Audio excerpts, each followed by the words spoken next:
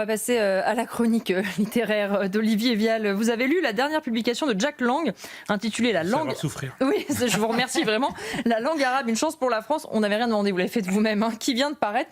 Alors, est-ce que c'est un livre que vous recommandez pour l'été ? Alors, c'est pas un livre pour tous les publics, parce que déjà, les amateurs de suspense vont être très très déçus, parce que dès la première phrase, Jack Lang impose sa thèse, la langue arabe est une chance pour la France, fin de débat. Alors effectivement, fallait pas le lire en entier, du coup.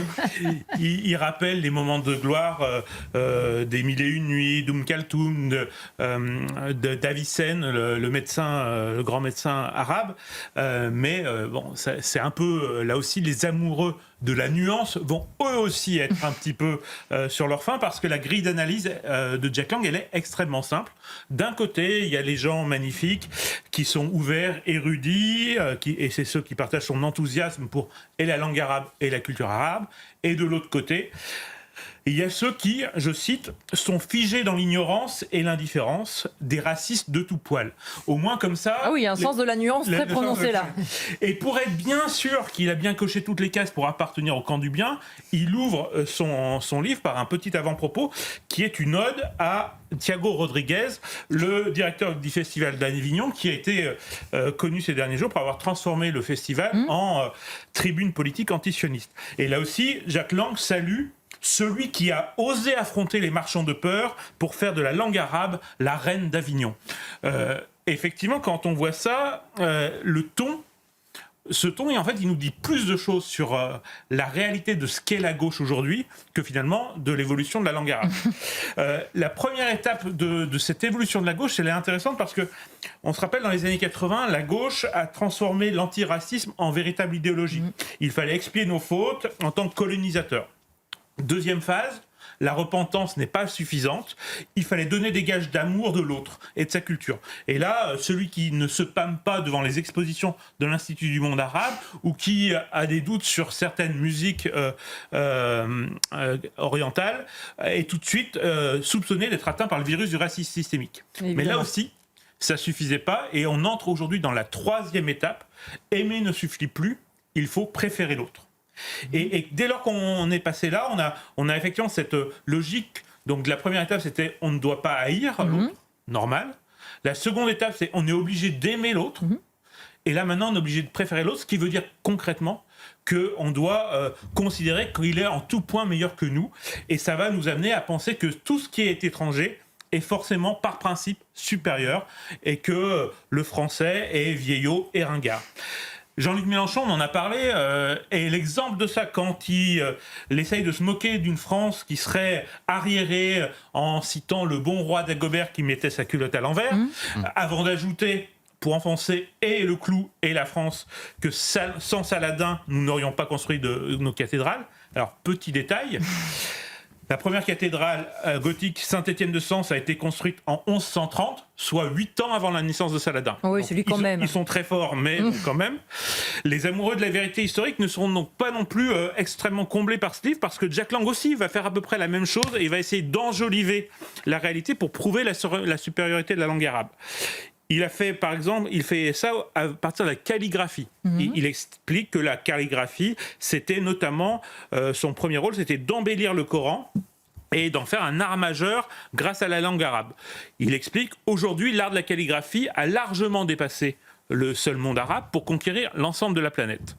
Là aussi, petit détail, l'écriture koufique, qui est la première calligraphie du Coran, a vu le jour au 7e siècle. Soit à peu près 500 ans après la Chine et les calligraphies réalisées par Zhangzi en 150 après Jésus-Christ.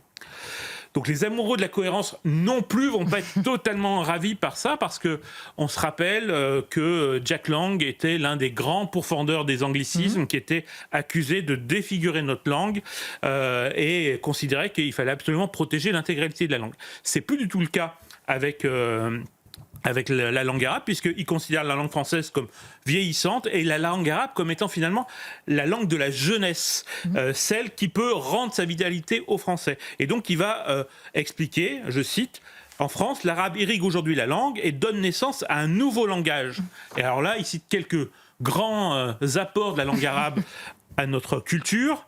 Zarma, Kif ou Wesh.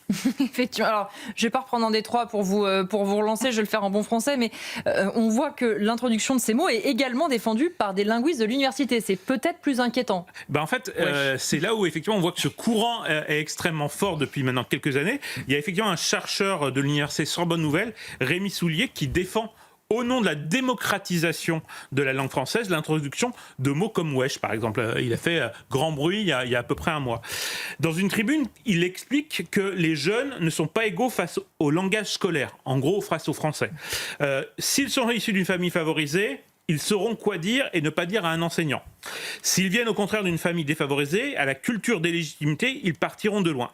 Et donc, il estime que ajouter ces nouveaux mots, c'est rebattre les cartes et leur redonner une nouvelle chance, parce que pour une fois, avec wesh, zarma, etc., on a des mots qui sont à la mode et qui sont des mots dont eux-mêmes sont les prescripteurs. Donc en réalité, on change les prescripteurs et ce n'est plus les Français, mais c'est ceux qui viennent de là. Et là, on a à peu près la même idée qu'on a retrouvé il y a quelques semaines là aussi avec Mélenchon, quand il déclarait que si nous voulons que le français soit une langue commune, il faut qu'elle soit d'abord une langue créole. Ça aussi, c'est un véritable renversement, parce que historiquement et constitutionnellement, la langue de la République et la langue commune, c'est le français, et c'était par un apprentissage exigeant et sa maîtrise que l'on pouvait partager et transmettre une culture commune. Là aussi, les fossoyeurs de notre identité estiment que désormais, c'est le contraire. C'est l'addition des particularités de chaque communauté nouvellement arrivée, des emprunts à leur culture et à leur langue, qui fera une langue nouvelle commune. C'est celle de la Nouvelle-France dont on a parlé de Jean-Luc Mélenchon. Donc ça, ce renversement est véritablement dangereux. Alors, on dit souvent que la langue française est l'une des plus difficiles à apprendre. Est-ce que ces évolutions ne sont pas un moyen peut-être de faciliter son acquisition ? Alors là aussi, effectivement, on a ça depuis quelques années. La langue française, on a toujours dit, effectivement, elle est difficile, mais ses subtilités font aussi sa richesse. Sauf que depuis des années, on a des universitaires militants, dont un collectif qui s'appelle les linguistes atterrés, qui défendent, d'ailleurs c'est marrant, ils défendent une simplification de la langue, mais ce sont les mêmes qui défendent aussi l'introduction de l'écriture inclusive, qui simplifie pas vraiment la grammaire et la langue. Mais eux, effectivement, ils sont assez catégoriques. Il faut simplifier l'orthographe. Il faut même d'ailleurs ne plus enseigner l'orthographe, ils le disent clairement, puisqu'il y a des logiciels pour ça. Il faut passer les règles de la grammaire à la tronçonneuse. Ce qui est plus grave, c'est qu'ils ont été suivis par les autorités depuis quand même quelques années. On se rappelle que Najat Vallaud-Belkacem, quand elle était ministre de l'Éducation nationale, a poussé une réforme de simplification de l'orthographe en s'attaquant même à l'Académie française, qu'elle avait traitée de réactionnaire. De la même façon, récemment, les jurys du brevet et du bac ont reçu des consignes pour dire qu'il ne fallait pas qu'ils s'intéressent à la grammaire et à l'orthographe tant que le sujet était compréhensible, c'était suffisant. En fait, ce qu'on s'aperçoit, c'est que ces politiques de nivellement qui sont menées déjà depuis plusieurs années, elles n'ont jamais amélioré la réussite, et la France fait malheureusement partie des pays de l'OCDE où les enfants issus de l'immigration ont les plus grandes difficultés scolaires, et notamment dans l'apprentissage de la langue française. Quand on regarde les classements PISA, et notamment les enquêtes qui ont été faites par PISA, les écarts de réussite entre les jeunes issus de l'immigration et les jeunes français est de plus de 52 points, ce qui nous classe dans le fond du classement PISA. Mais là aussi, petit détail, tous les enfants de l'immigration ne sont pas logés à la même enseigne, parce que très souvent on nous dit oui, c'est avant tout une question liée à des questions sociales. En réalité, ceux qui viennent de l'immigration asiatique, qui ne vivent pas dans des conditions matérielles plus supérieures aux autres immigrés, se distinguent eux positivement, c'est-à-dire que au niveau du bac, 86% des jeunes issus de familles asiatiques réussissent le bac, ce qui est 6 points de plus que les Français, et c'est 15 points de plus que les jeunes issus de l'immigration du Maghreb et du Moyen-Orient. Est-ce qu'il faut développer, selon vous, l'enseignement de l'arabe en France ? Alors là, clairement, ça dépend pour qui et pour quel public et comment. Et là, vraiment, je pense qu'il faut prendre le sujet à l'envers. Effectivement, l'arabe, aujourd'hui, est une langue importante, majeure, qui a un très fort rayonnement international. Sauf que il faut d'abord la réserver dans l'enseignement supérieur à des gens qui le font, qui l'enseignent avec des professeurs qui sont formés en France et qui sont contrôlés par la France. Et elle doit d'abord être réservée, justement, pour ce rayonnement international. Sauf Sauf que pendant très longtemps, on a considéré que l'enseignement de l'arabe, c'était d'abord fait pour les jeunes issus des communautés issues de l'immigration arabo-musulmane et que c'était un moyen pour eux de les raccrocher à l'école en leur donnant une clé de réussite puisqu'on pensait que, vu leur culture, ils réussiraient mieux. Ça, je pense que c'est une très très mauvaise affaire parce que au vu de leurs résultats en langue française, on devrait plutôt leur donner plus de cours de français. Et là, pour être transparent et honnête, en réalité, l'État français a failli, puisque sur ces dernières années, entre 68 et 2015, les cours de français au collège et au lycée ont chuté de 522 heures. Oui. Donc on ne peut pas s'étonner qu'effectivement le niveau de français ait baissé parce qu'on a vraiment sacrifié au nom de toutes les nouvelles modes de l'éducation et toutes les nouvelles lubies qu'on a enseignées.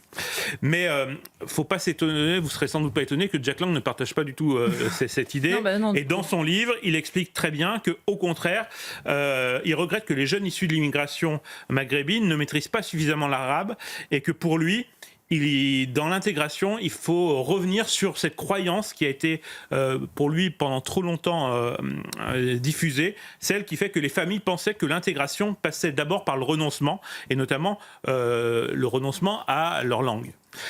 Il prône une stratégie d'affirmation. Et là, effectivement, on a quelque chose qui, à mon avis, est dangereux parce que c'est un facteur de communautarisme. Et si on se rappelle de ce que disait Ernest Renan dans son discours sur la nation, il disait que pour faire nation, il fallait avoir des gloires communes dans le passé, donc partager une culture, une volonté commune dans le présent, avoir de grandes choses ensemble, avoir fait de grandes choses ensemble et vouloir en faire encore. Mais surtout, il disait qu'on aime en proportion des sacrifices qu'on a consentis, et un des sacrifices qu'il mettait, c'est le sacrifice de l'oubli. Parce que pour pouvoir épouser une culture qu'on vous offre, il faut d'abord oublier la culture dont on vient. Et ça, effectivement, ce sacrifice-là, c'est un grand sacrifice, mais qui était à la hauteur du cadeau de la culture française qu'on leur fait. Alors, dernier point, dernier argument qu'il essaye de nous donner pour montrer que la langue arabe est une chance pour la France, il nous dit que pour la francophonie, avec l'arabe, on ferait de meilleurs francophones plus cultivés et plus équilibrés. Là aussi, effectivement, la francophonie, 14% des francophones sont issus du Maghreb et du Moyen-Orient. On en a parlé, l'Algérie, c'est 14 millions de francophones, mais là aussi, pour faire rayonner la francophonie, il faudrait qu'on ait une forme de réciprocité. Or, ce n'est pas du tout le cas, puisque depuis quelques années, il y a une politique de défrancisation qui est mise en place par l'Algérie. Certains établissements scolaires n'ont plus le droit d'enseigner le français. Certains ministères ont interdit l'usage du français dans les documents protocolaires. Donc, clairement, si on veut améliorer la francophonie, il faut d'abord faire rayonner le français et pas la langue arabe. Enfin, pour moi, il y a peut-être que les défenseurs de Boualem Sansal qui peuvent trouver une petite justification en ce livre, parce qu'au détour d'une phrase, Jack Lang soutient le Boualem Sansal. C'est gentil. Ce qui est peu, mais vu qu'à gauche, c'est tellement rare, je préfère le souligner. Malgré tout, pour les amoureux de Boualem Sansal, je leur conseille plutôt de lire Le Français parlons-en, qui est son dernier livre, qui pour le coup est un vrai hymne à la langue française. Et vous avez raison de le souligner et de le rappeler, Olivier Vial. Merci à tous les quatre d'avoir été les invités de Face à l'info été. Tout de suite, vous retrouvez Elliott Deval et ses invités pour l'heure des pros 2. Très bonne soirée à vous sur CNews.